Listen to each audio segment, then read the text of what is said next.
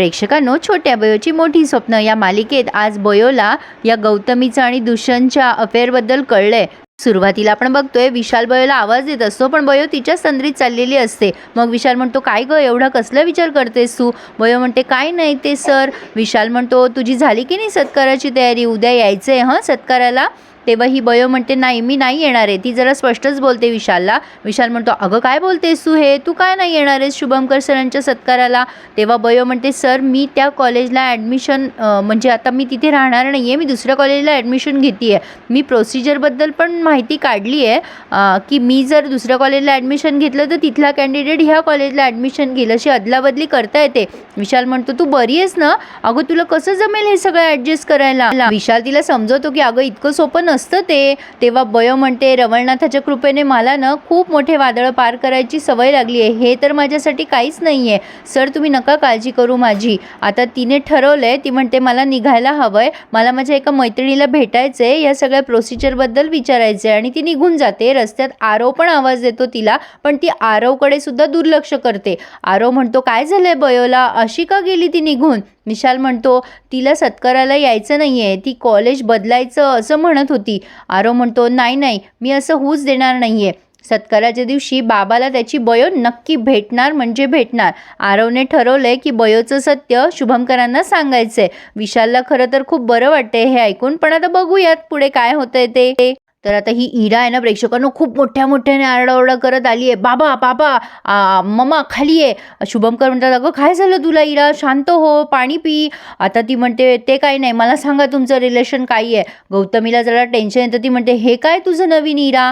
आता इरा म्हणते, मम्मा मला सांग तुमच्या दोघांमध्ये काय रिलेशन आहे? कॉलेजमध्ये तुमच्याबद्दल नाही ते बोललं जाते आता खरं तर हे जे काही बोललं जाते ना ते गौतमीच्या मनासारखं होतंय प्रेक्षकांनो. हे आपल्याला तर माहितीच आहे, कारण यापूर्वीसुद्धा तिने प्रयत्न केलेला असतो. म्हणजे ही मुलं जेव्हा लहान असतात तेव्हा शुभंकरांशी पुन्हा लग्न करायचा, पण तो प्रयत्न तेव्हा त्या बयोच्या टीचरने फेल केलेला असतो. तर आता ही इरा मागेच लागते. ते काय नाही, तुम्ही दोघं जण लग्न करा म्हणजे सगळ्या लोकांची तोंड बंद होतील.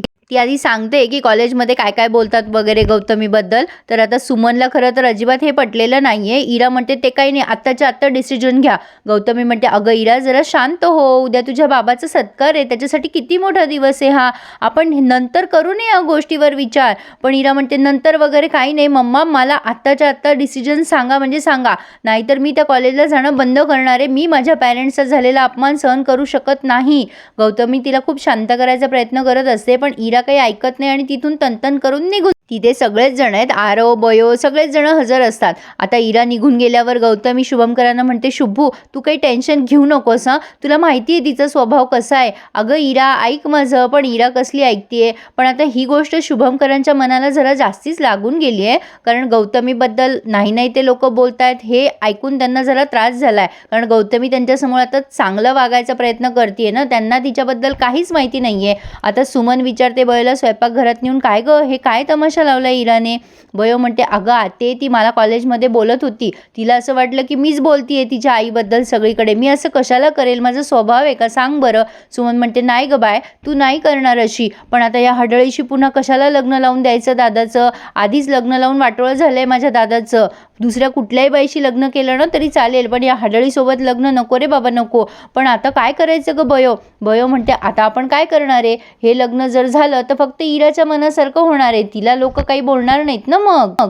पण आता इराच्या ह्या धिंगाण्यामुळे हे शुभंकर खूप डिस्टर्ब झालेत. गौतमी आता बॅग घेऊन आली आहे बरं का प्रेक्षकांनो. ती शुभंकरांना म्हणते, अरे शुभू तू इतका विचार करू नकोस इराचा, तुला माहिती आहे ना थोडं जरी काही असलं तर ती जास्ती बढावून चढवून सांगते.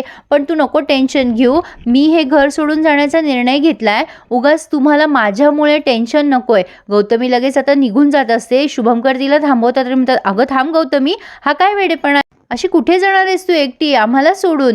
तेव्हा ही गौतमी म्हणते, आम्हाला नाही आपल्या मुलांना.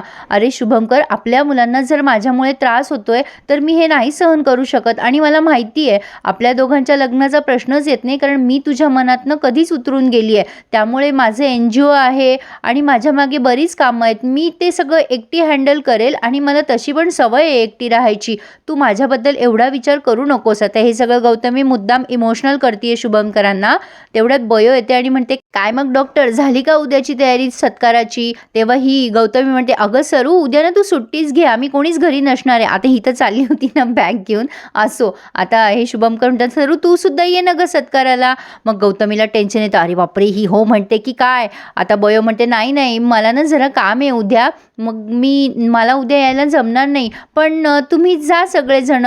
आता डॉक्टर म्हणतात की बरं ठीक आहे, मी तुला फोटो दाखवील हां सत्काराचे, काही हरकत नाही आहे. मग आता ही गौतमी म्हणते, पण उद्या तू येऊ नकोस, उगाच तुझी चक्कर वेस्ट जाईल ना, कारण आम्ही घरी नसू कोणी, म्हणून तुला आठवण देते हां, मग आराम कर तू उद्या. बयो ठीक आहे म्हणते आणि निघून जाते. आता शुभमकर गौतमीला म्हणतात, गौतमी ती बॅग ठेवून दे बरं बाजूला. आता गौतमीने बॅग ठेवून पण दिली आहे. असो आता इकडे दुष्यंत खूप वाट बघत असतो गौतमीची आणि चिडलेला असतो, कारण गौतमीला यायला उशीर झालाय. आता गौतमी आल्याला तो म्हणतो, बघितलंस का किती वाजले? गौतमी म्हणते 7 वाजले. दुष्यंत म्हणतात, मी तुला वेळ नाही विचारत आहे, मी कुठल्या अर्थाने तुला बोलतोय हे कळतंय गौतमी. गौतमी म्हणते, अरे बाबा मी तरी काय करू, एकतर तो तिकडे शुभमकर ठाण मांडून बसलेला असतो घरात, आता पहिल्यासारखं वातावरण राहिलं नाहीये. दुष्यंत तूच त्याला डिस्चार्ज दिला आणि घरी आणलेलं आहे, त्यामुळे माझ्या हातात काही राहिलेलं नाही आता. तेव्हा दुष्यंत म्हणतो, हो हो आय नो. मग आता गौतमी म्हणते, मग कशाला मला विचारत असतोस तू, तुला माहिती आहे ना माझी काय अडचण आहे, ते किती प्रॉब्लेम होतात मला इथे यायचे तुला भेटायला. तर आता इकडे दुष्यंत म्हणतो, बरं ठीक आहे ते सगळं. मग आता गौतमी म्हणते, उद्याच्या सत्काराचं काय ठरवलंयस तू? दुष्यंत म्हणतात, काय ठरवायचंय, ट्रस्टीजनी माझ्यावरती खूप प्रेशर टाकलंय, मी खूप प्रयत्न केला त्यांना मनवण्याचा की हा सत्कार होऊ नये म्हणून, पण ते माझं ऐकायलाच तयार नाही आहेत. त्यांना असं वाटतंय की शुभमकरमुळे त्यांच्या हॉस्पिटलचं मार्केटिंग होते, ते मला समजवत आहेत.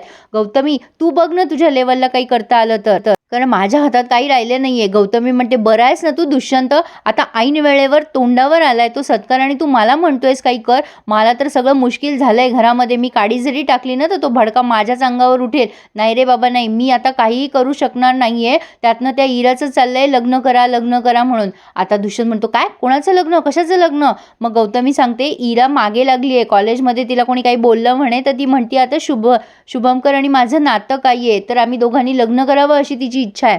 मग आता दुष्यंत चिडतात आणि म्हणतात, गौतमी तू बरी आहेस ना, तुला माहिती आहे ना मी तुझ्यासाठी काय काय सॅक्रिफायसेस केले, मी ऑलमोस्ट माझ्या बायकोला डिवोर्सची नोटीस पण दिली आहे, मी तुझ्यावर किती प्रेम करतो हे तुला माहिती आहे गौतमी, आणि तू शुभमकरशी लग्न करणार आहेस? गौतमी म्हणते, अरे नाही रे बाबा मी लग्न नाही करत आहे, पण इरा म्हणते हे तुला सांगते मी.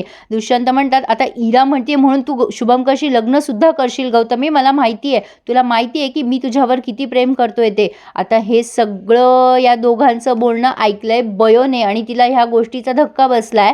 तर आता दुष्यंत म्हणतात, गौतमी हे बघ काहीही झालं ना तरी तू माझीच आहेस आणि तू शुभमकरशी लग्न करणार नाही आहेस, तुझं माझ्यावर प्रेम आहे ना गौतमी?